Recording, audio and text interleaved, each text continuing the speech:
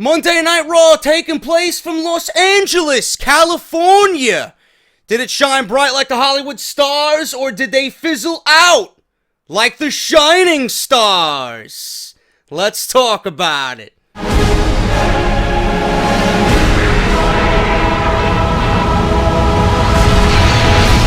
You know, the way Monday Night Raw is looking as of late, I honestly think Triple H, Stephanie, Vince McMahon, and Kevin Dunn should all collectively go on one big long vacation, courtesy of the Shining Stars timeshare in Puerto Rico, man. All inclusive, flight included, hotel included, food, night out on the town, you name it, man. Shining Stars will hook you up, you go on vacation, get your head straight, refresh yourself, and then come back to work and hopefully put on a decent Monday Night Raw. The likelihood of that happening probably is zero, but it's worth a shot.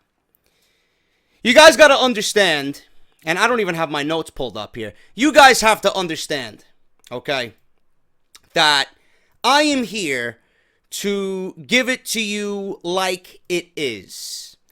I don't see anybody else. I don't see anybody else on YouTube as far as podcasting goes in the realm of WWE talk. There's a few. Yeah, I'm bullshitting you. There's a few that really let you know how it is. All right? And they hold no punches, and that's what I like to listen to. That's what I've been molded to do here. That's how I have pretty much built my channel, man. It's a no bullshit type of environment here. And whatever you watched, you're going to come watch me, and I'm going to give it to you like it is, because you're not going to hear it from anybody else, man. You're going to come on YouTube, you're going to look up Monday Night Raw review, what are other people talking about it, and I'm going to be the one fucking guy who is going to pinpoint something that you did not see on the show.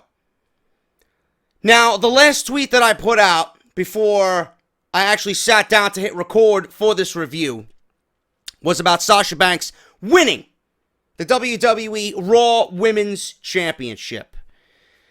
I want to let you guys know something right now, okay? I had zero interest. I had zero excitement. I had zero investment in what happened on Monday Night Raw tonight. Zero. Sasha Banks versus Charlotte, main eventing Monday Night Raw, should feel like a big deal. It did not. And this is a product of WWE driving their lack of a women's division straight into the ground. This is WWE driving this feud between Charlotte and Sasha Banks down our throats to the point now where it's been outdone, outplayed, fucking week after week after week, dating back to before SummerSlam. Why should I care? Why should I care? Sasha already won the title. You, WWE, took it off of her, only to have her come back 2.5 weeks later, proclaiming that she's going to have Charlotte again in a rematch, and then you just gave her the title again for a second time. What sense does that make? What sense does that make when you have a brand exclusive pay-per-view in 2 weeks, and you could do what you did tonight in Boston in front of her hometown, Sasha's hometown, and you can have her win the title there? At least it would have been a feel-good moment, and I could feel happy for her because she won the title in front of her home city. No. WWE, again, in typical WWE fashion, they come off a 1.75 rating. The lowest in the history of Monday Night Raw. And what do? They falsely advertise a Cruiserweight Championship match, which we'll talk about later. Last week, I don't know if I was fucking drunk or not. I don't think I was. But I'm pretty sure I clearly heard Cruiserweight Championship.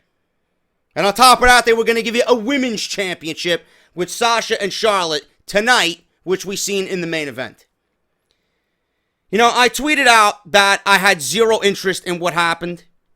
and it didn't feel like a big moment. It was not a big moment, goons. Sasha winning the title was not a big moment. You watch NXT, and you look at the chase that Bayley had with Sasha. Bayley never held the Women's Championship in NXT. All it did was make people want to see it more. It was the Daniel Bryan effect. Not to that extreme, but it was the Daniel Bryan effect. Every single time Bayley came within an eyelash of that championship, she always got fucked over. And when she finally got that opportunity in New York City with that crowd at NXT TakeOver Brooklyn 1, and she beat Sasha Banks for the championship, listen to that fucking crowd. I want you guys to go back and watch that. Seriously. I want you to pause this video, and I want you to go back and turn on the network, whether you're watching me on your fucking phones, your computers, your PlayStations, your Xboxes. Go over to the WWE Network, go over to NXT Brooklyn, and fast forward to the end of that match. Listen to the fucking ovation that Bayley got when she won that Women's Championship for the first time. People were ready for it. People were ready to see it happen. We don't want to see it happen with Sasha and Charlotte anymore. It's over. It's over. Unless you're a fucking 12-year-old girl with fucking posters of Sasha Banks on your bedroom wall that you idolize every single night, every single day you come home from school. I want to be like Sasha Banks. I want to be a diva. That's all that cared about tonight. That's all that cared about this main event tonight. You see, people like me and you, we've seen it done already too many times on Monday Night Raw. And again, in typical WWE fashion, right before pay-per-view, they give us the match that should be taking place at the pay-per-view on Monday Night Raw to pop a cheap rating because your show fucking sucks. Because Monday Night Raw is so fucking terrible. You want to give us a championship match, and you want to crown a new champion. She should have never lost the championship to fucking begin with. She should have never lost the title to begin with. She comes back fucking 2.5 weeks, 3 weeks later. She could have still been the champion for 3 weeks out of the show or off the show due to injury. You didn't need to give it back to Charlotte, only to flip-flop it like hot potato again, right back to Sasha. This frustrates me as a fucking fan, man. It frustrates me as a fan. It frustrates me that the WWE has already a lack of a division. Now, what are you going to do with Hell in a Cell? What do you do with Hell in a Cell? What are you going to give me, Sasha and Charlotte again? So I care even less about it? Or what are you going to do? Another bumble-headed fucking bright move by WWE. Oh, what are you going to do? You're going to put Bayley in the championship match? And you're going to give us Bayley versus Sasha fucking 8 months early?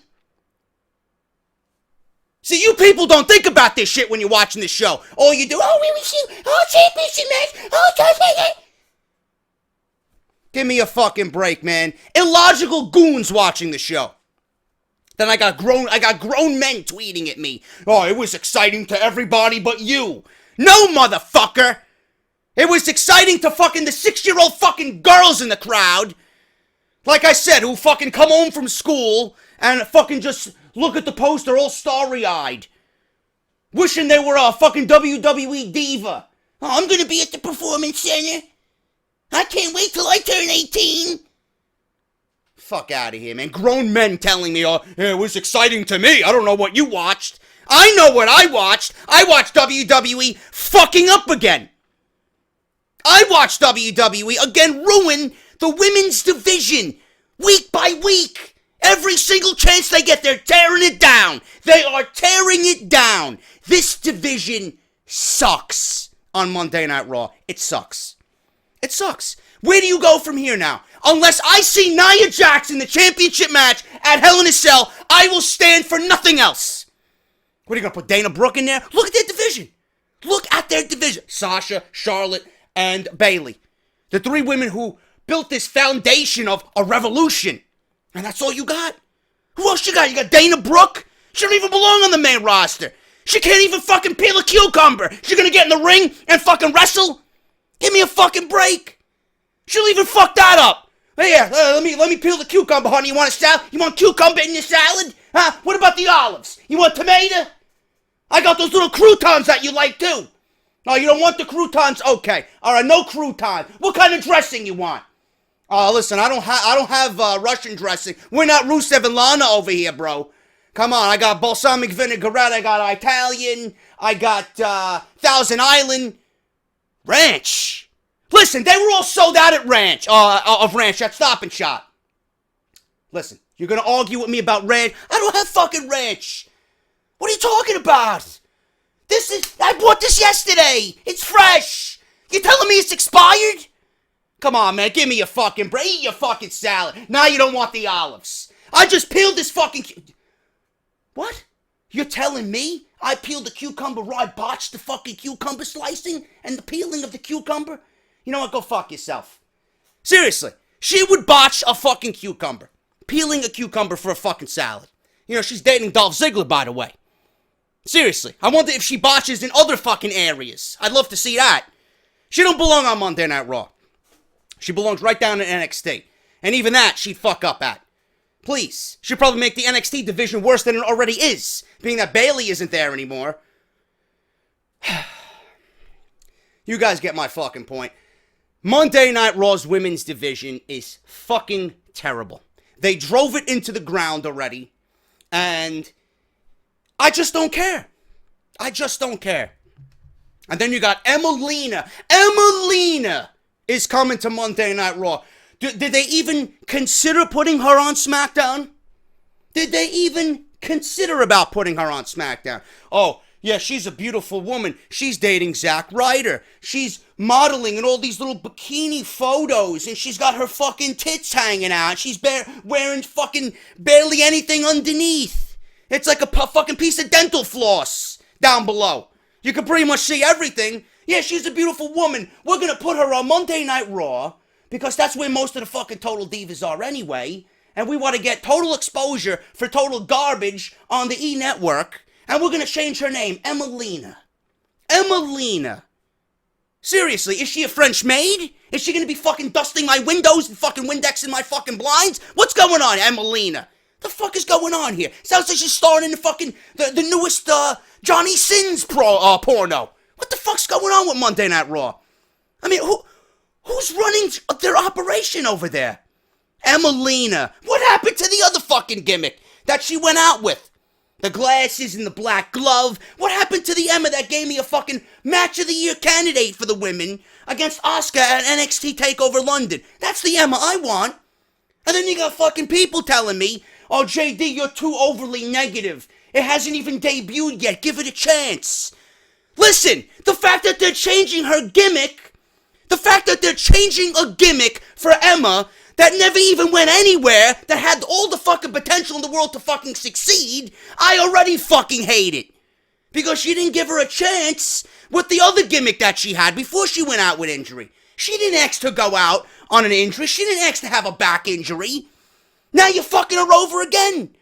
Give me the Emma. I'd rather have the fucking Emma doing this and fucking popping bubbles. Emelina. What is she gonna be, a fucking runway model? Give me a break. This is a women's division. I don't want to see tits. I don't want to see ass. Literally, I do, but I mean, I want to see in-ring action. I want to see in-ring action. I don't want to see fucking Sable and Sunny back in the day anymore. That's a fucking cliche, fucking just gone concept. I want to see what's happening with Sasha and Charlotte and Bayley, but I don't want to fucking be given this shit week after week after week to the point where we become unsensitized to everything. There's no emotion. There's no emotion in this product anymore. There's no emotion in this division anymore. It's fucking garbage. Absolutely garbage. And I hope you understand, in between all the fucking wisecracks and the jokes, where I am coming from. Seriously. They fucked up already with Sasha and Charlotte and Bayley. Bayley's not even there a month yet, and she's already fucking unimportant in my eyes. How do you fuck that up? How do you fuck that up? She goes from winning the championship at NXT TakeOver Brooklyn and being one of the most popular superstars in the entire fucking company to a superstar on Raw that's an afterthought. And then Sasha, she's on one day, off the next. She wins the title, she loses the title, wins the title back. I mean, why should I care? Because she won the title in Los Angeles for a second time? And now she's going to Boston and Hell in a Cell in her home city. Who's she fighting? Is she fighting Charlotte now? And then you'll have some fucking asshole in the comments, oh, maybe they'll put it inside Hell in a Cell. Yeah, because the women need a Hell in a Cell. They already killed themselves in a standard one-on-one match with unnecessary bumps. You're going to put them in a Hell in a Cell? Give me a fucking break. God knows what Sasha's going to want to do. Knowing her, she'll probably do a plancha off the steel cage. Seriously. Give me a fucking break. She can't even fucking move correctly in the ring or take a bump off the top rope. You're going to put a fucking 25-foot steel cage around these women? Get the fuck out of here, man. Awful. Absolutely illogical booking that was done to pop a rating due to a 1.75 rating. And it's not even Raw's fault. The rating's going to be higher this week. There's no presidential debate. The Giants were playing on Monday Night Football, so they probably got crushed by that. But that's the standard. That's the standard for WWE programming in the fall and winter. They're going to get destroyed by Monday Night Football. And then when you got the baseball playoffs coming on, starting this Wednesday all the way to the end of October into the first week of November, they're going to get crushed by that. So when you have baseball and football on Monday night, what is Raw going to do? They're going to blame Kevin Owens? They're going to blame the fucking vanilla midgets that we see on Monday Night Raw? Oh, the cruiserweights are bad. The cruiserweights aren't getting it done. Obviously, people are going to want to see fucking the baseball playoffs and whoever else is on Monday Night Football, because every football game's important, right? But we've become so desensitized with the women's division. What are they going to do at Hell in a Cell? What we seen tonight should have been at Hell in a Cell. And the fact that she won it, and she should have never lost it, who cares? Who cares? Seriously. My rant is done. I have nothing else to say. Hopefully you got what I'm trying to get across, because that's just the way I interpreted everything on Monday Night Raw. I don't care. I don't care. And there's not a lot on this show that I did care about. It was still. And the fact is, I'm going to be brutally honest with you. Monday Night Raw wasn't even that bad. It wasn't good, but it wasn't bad. It's not going to be a show that I'm fucking overly going to fucking come down with a sledgehammer on. It wasn't bad. The 3 hours is too fucking long. This is a typical routine every single week. Something that the 3 hours is too long. We know that. If it was a 2-hour show, it would have been great. It would have been great. Because by 9:30, 9:45, I start yawning. I start falling asleep. And a lot of you guys do as well. Everybody starts fucking zoning out after 2 hours. 3 hours is just too long. You can get everything, all the important stuff that happened on tonight's show could have been condensed into a 2-hour show. This is why we like SmackDown so much. This is why SmackDown is easier to watch. There's less filler. All their important happenings are happening within the 2 hours. They don't have an extra hour where they embarrass themselves and put people to sleep. And luckily, Los Angeles was a decent fucking crowd. Luckily, they were alive for the 3 hours. If this was in fucking Biloxi, Mississippi, or some fucking random remote town in Tennessee, they would have been fucking half asleep by 9:30. Give me a break. But Monday Night Raw in Los Angeles tonight. Show opened up with everybody's favorite wrestler, Roman Reigns. Got to open the show with Roman Reigns. He's more important than the Universal Championship. Only means one thing, folks. If we're seeing Roman Reigns opening the shows and in the most important aspects of Monday Night Raw week after week after week after week, it will be sooner than later when we see Roman Reigns back in the Universal Championship picture. Mark my fucking words. So obviously Lana and Rusev start the show, and fans are chanting, "Thank you, Lana." For what? I don't know. She was wearing barely anything, so I'm assuming that's what they were thanking her for. The fact that she had half of her fucking tits out, they were probably thanking her for that. Lana rips into Reigns for everything that he's done in recent weeks, but Reigns just tells her to bring her husband out and have Rusev stop hiding behind her dress. I'm assuming 100%, if you're not a fucking homosexual, 99 to 100% of the fucking people in Los Angeles in that Staples Arena would rather hide behind Lana's dress than anything else. So I'm assuming everybody's in agreement there. So Rusev comes out and they brawl. And does anybody at home care? No, because we've seen this time and time and time again. So Rusev is getting the best of Roman Reigns. At one point, Roman Reigns is kicked into oblivion, into the crowd. He disappears for a couple of seconds.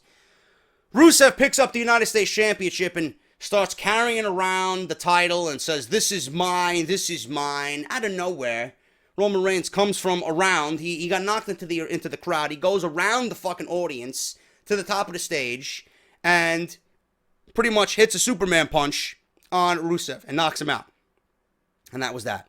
And then he proclaims that they will meet at Hell in a Cell, inside Hell in a Cell. Now, I took to Twitter and I complained about this because, number one, it's a mid-card feud. Number two, it's a feud that barely anybody has any interest in. Number three, a Hell in a Cell for this feud is not necessary.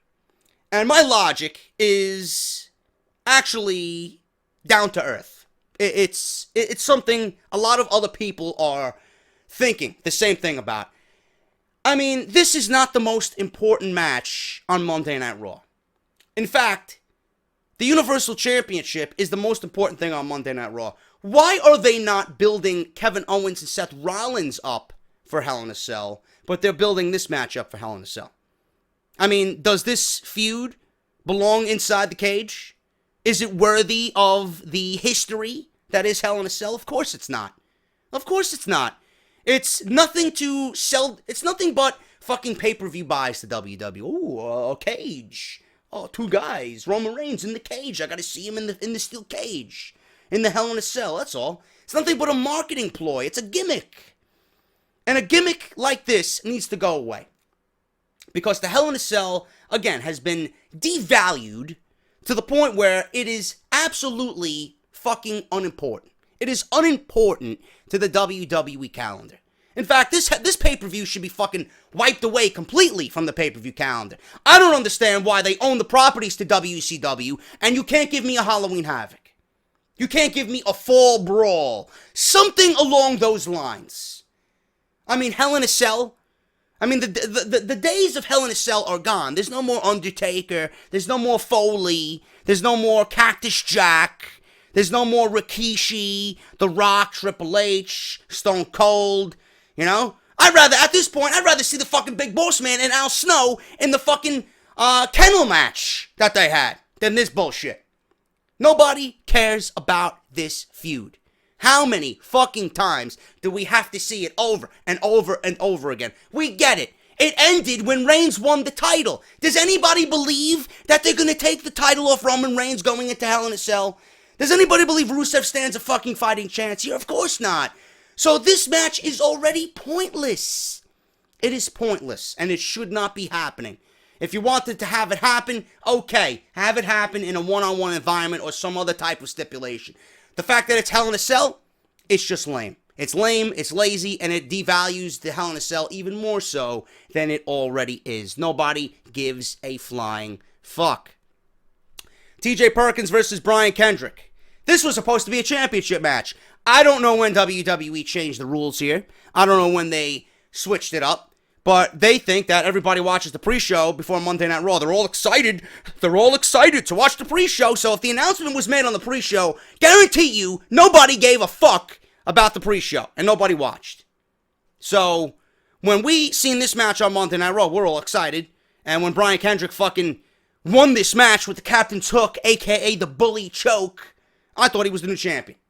And then I got fucking Byron Saxton saying, oh, Brian Kendrick just submitted the champion. And then Michael Cole's coming out and says, well, this victory is going to earn him a future Cruiserweight Championship match. I'm like, what? Wasn't this a championship match? Unless Monday Night Raw really put me to sleep last week, I might have missed the announcement.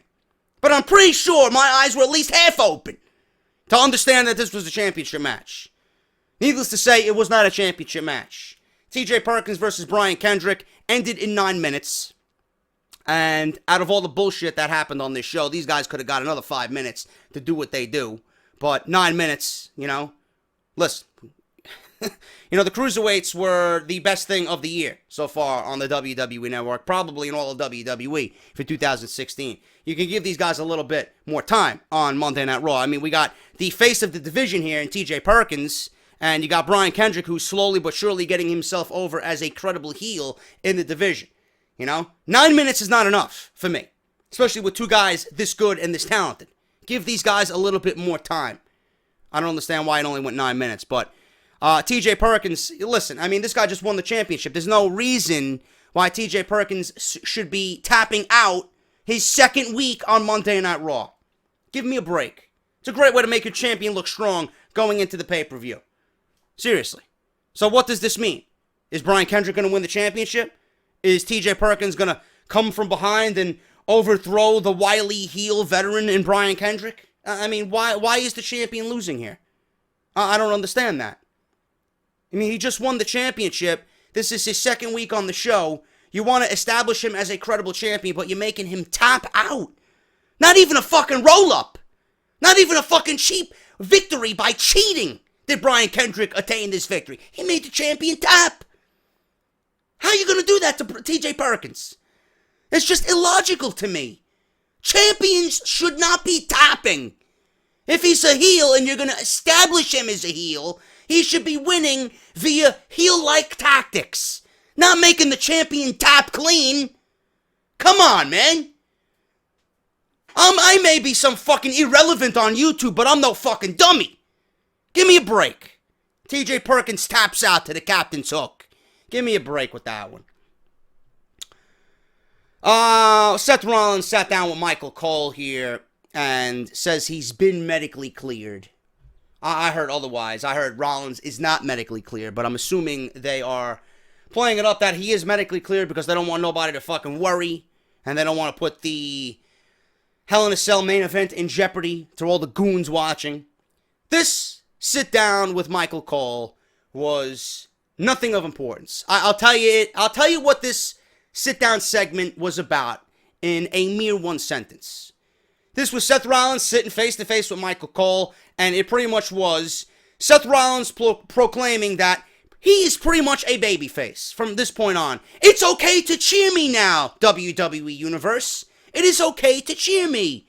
I'm the one who worked hard to get the WWE Championship, and here we are in 2016 where Kevin Owens is the bully, and he has things handed to him. I am going to win it back fair and square. I'm going to show I don't need anybody or anybody's help. I'm going to do it on my own, like a big boy.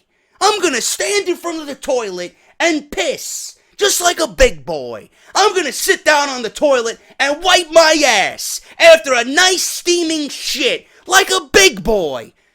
This is all that promo was about. I'm a good guy. Cheer me. Kevin Owens is the bad guy who got shit handed to him. There you go. That's all that was. Braun Strowman versus Chase Silver. Do I even need to go over this? Seriously. How many weeks is this now with Braun Strowman? I mean, does anybody fucking care? Does anybody care? Please, raise your hands. Does anybody care? No. There'll be one fucking asshole in the back of the classroom. Oh, I care, JD. I care. He's a giant, man. We need imposing threats on Monday Night Raw. Now, I need more segments on my television on Monday nights that I actually care about. Braun Strowman is not one of those guys I care about. Post-match here was rather intriguing. Strowman says WWE is wasting his talents. Well, how many fucking weeks of squash matches did you have, man?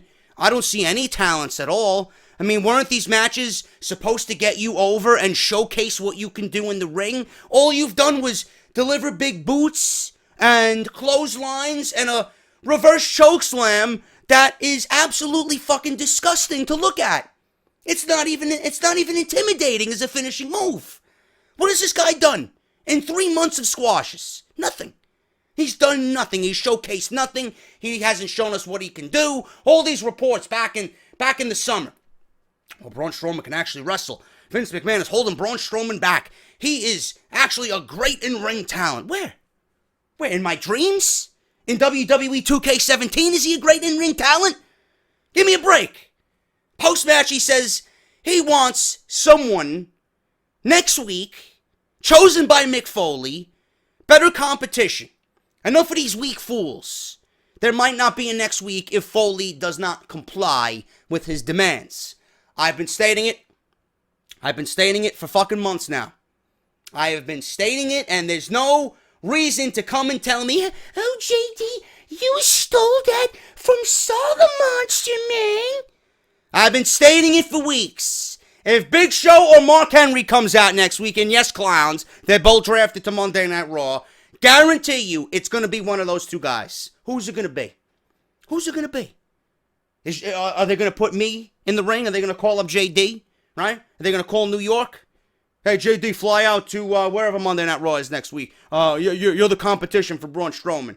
Yeah, you know what I do? I get in the ring and do this. You can big boot me, pay me my fucking $15,000, and that's it. At least I'll be more competition than fucking Chase Silver.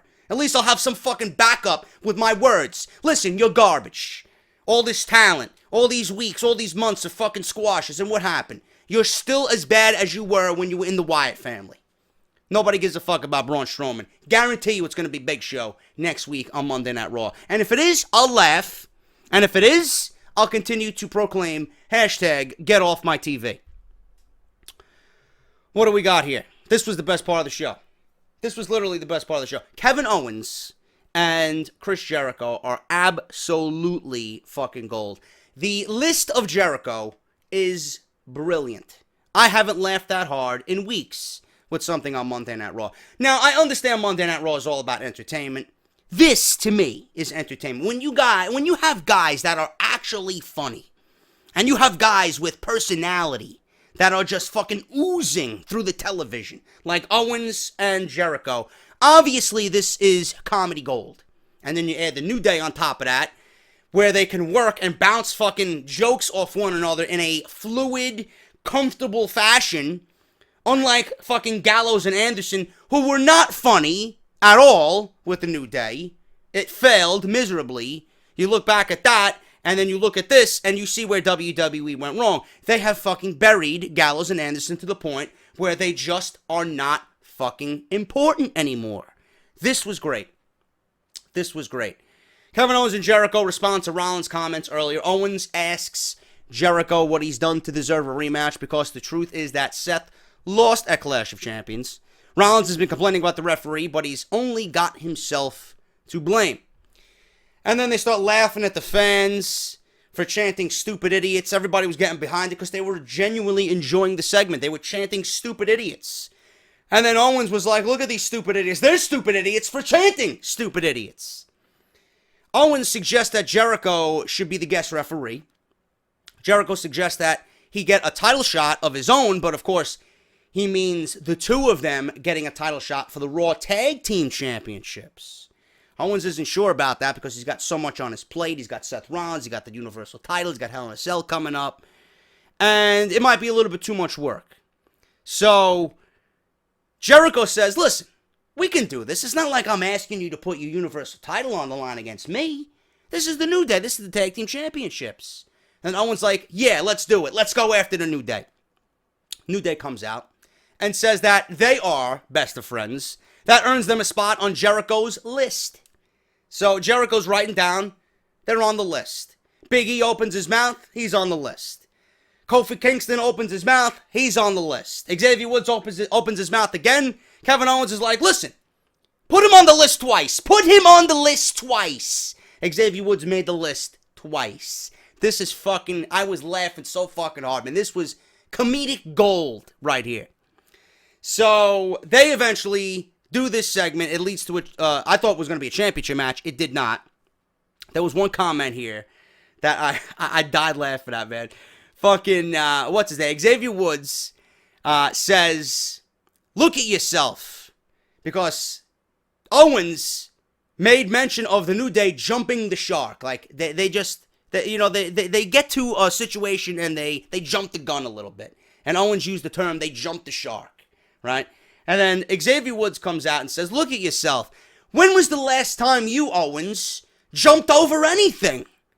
And then Owens was like, put Woods on the list again. It was just fucking great, man. It was absolutely fucking great. If there's one segment, if you're having a shitty day like I did, if you're having one of those fucking weeks where you're just down in the dumps and you need a fucking laugh to just put a smile on your face, this segment was it, man. I guarantee you. Go back and watch it. Find it on YouTube. If you DVR'd it, go back and watch it again. It was comedic gold.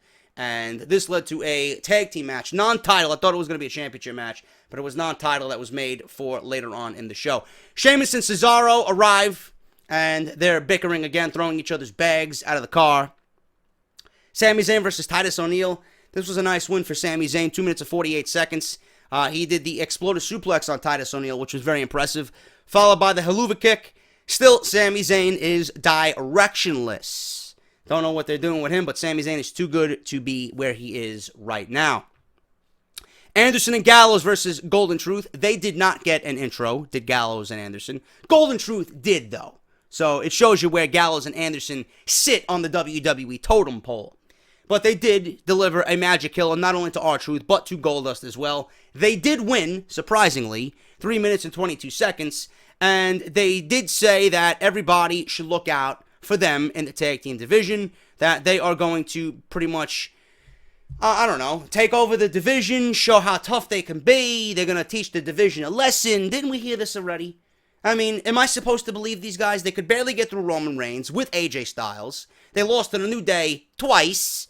And now, all because they beat the Golden Truth, I'm supposed to believe these guys about how they're going to run through the tag team division. Give me a break. Win the fucking titles and then come talk to me. I don't want to hear anything until that. But they did win, which was good. Because if Golden Truth won, please, I'd fucking pack their bags for them and send them back to New Japan myself. Chris Jericho and Kevin Owens, versus the New Day. Decent match. Obviously, you had Danny Masterson and Ashton Kutcher on commentary. And they really didn't play a role in this match. They had a nice little backstage segment with Jericho, which was kind of entertaining, but they really didn't play a part in this match, which I'm glad, thank God. They just sat in on commentary and, just joked around with the commentary team. This match went 16 minutes and 25 seconds. All in all, it went 16 minutes. Seth Rollins came out at the end to pretty much distract Kevin Owens. He distracted Chris Jericho as he had Xavier Woods in the Lion Tamer, the good one, the fucking Lion Tamer, the brutal one where he has the knee dug into the fucking side of the head. And Seth Rollins cost Chris Jericho here as the New Day turned it into the midnight hour and pinned Chris Jericho at 60 minutes and 25 seconds. Very entertaining match, man, down the stretch. Rollins gives Jericho a pedigree, and that really gets under Kevin Owens' skin, pretty much sticking it to Owens that he's back, he's cleared, and he's coming for the not the United States Championship, the Universal Championship.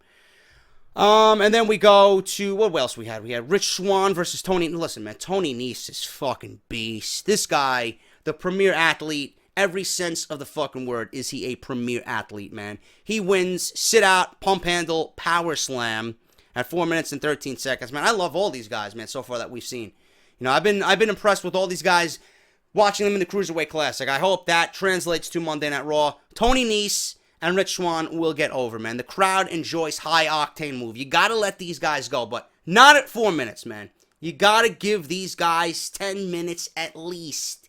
You're not gonna get anything accomplished with the Cruiserweights in 4 minutes. That goes to show you, this match alone goes to show you that WWE's time management for Monday Night Raw is fucking miserable. There's no reason why Rich Swann and Tony Nese are getting 4 minutes and 13 seconds on Monday Night Raw. It's a travesty.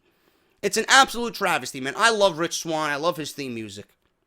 Tony Nese is a beast. Tony Nese was actually trending, and I'm glad to see him on Monday Night Raw, man. Out of all the other guys, obviously you had Ibushi, and you had Perkins, and Swann, and Alexander, and Grand Metalik, Rich Swann, Tony Nese, Noam Dar, Jack Gallagher. Tony Nese was one of those guys that really was flying under the radar, but I noticed his talent immediately in the Cruiserweight Classic. And I was hoping out of all those guys that blew everybody away that I just mentioned, that he was going to get signed. And I'm glad to see him on Monday Night Raw, man. He is the quintessential perfect Cruiserweight, man. He could fly. He could fucking level you with power. He can fucking do the ground and pound. He can submit you. This guy can do it all. I'm glad to see him on Monday Night Raw. He gets a nice win over Rich Swann at 4 minutes and 13 seconds. But you got to give these guys more time, man. 4 minutes is criminal for a Tony Nese Rich Swann match. Cesaro and Sheamus beat Raul White and Mark Cadreen. Who the fuck cares? 1 minute 55 seconds. Where this is going, again, I don't care. Obviously, this might be leading to a championship match at Hell in a Cell. But at this point, does anybody care about these two as a team? Have they had any dissension between them and the New Day? It's all dissension between them. How is that building for a program with the tag team champions? You got to at least give me some interaction between the two. That hasn't happened yet. So, at this point, I'm just not invested in what's going on here. But they did win. Cesaro and Sheamus win. Bro kick to one of the jobbers. Who the fuck cares? And then, obviously, you had Charlotte and Sasha. You guys know my rant at the beginning. We usually talk about the main event to open the show, and then we go through the rest of the show. That's your Monday Night Raw review, man. I'm fucking tired. You know, Monday Night, listen, it wasn't even that bad of a show. If this was condensed into 2 hours and you minus the bullshit, obviously it would have been a better show. 3 hours is too long. By 9:30, I'm ready for fucking bed. I'm yawning. I'm fucking tired. I gotta have a cup of coffee just to do this review to give myself a pump of a little bit of energy. And pump myself up with energy. But hopefully you guys enjoyed the review. If you did, leave me a thumbs up. Let me know what you're thinking down below. Am I right? Am I a goon? Am I a fucking asshole? Do you hate my fucking guts? Whatever the fucking reason. Just sound off in the comments below. I am going to go lay down because I'm fucking exhausted. Monday Night Raw was Sasha won the title. And it was a whatever moment. Imagine that. Sasha Banks, one of your most popular women in the company, wins the fucking title of her division. And it's a whatever moment. Whatever. Sasha won the title. I'll see you guys for SmackDown Live. Hit that thumbs up. Check the description for everything else. Patreon, t-shirts, Twitter, YouTube, Wrestling Amino. Off the script this weekend if you guys missed it. Whatever. Hit that thumbs up. I'll see you guys at SmackDown. Talk to you later.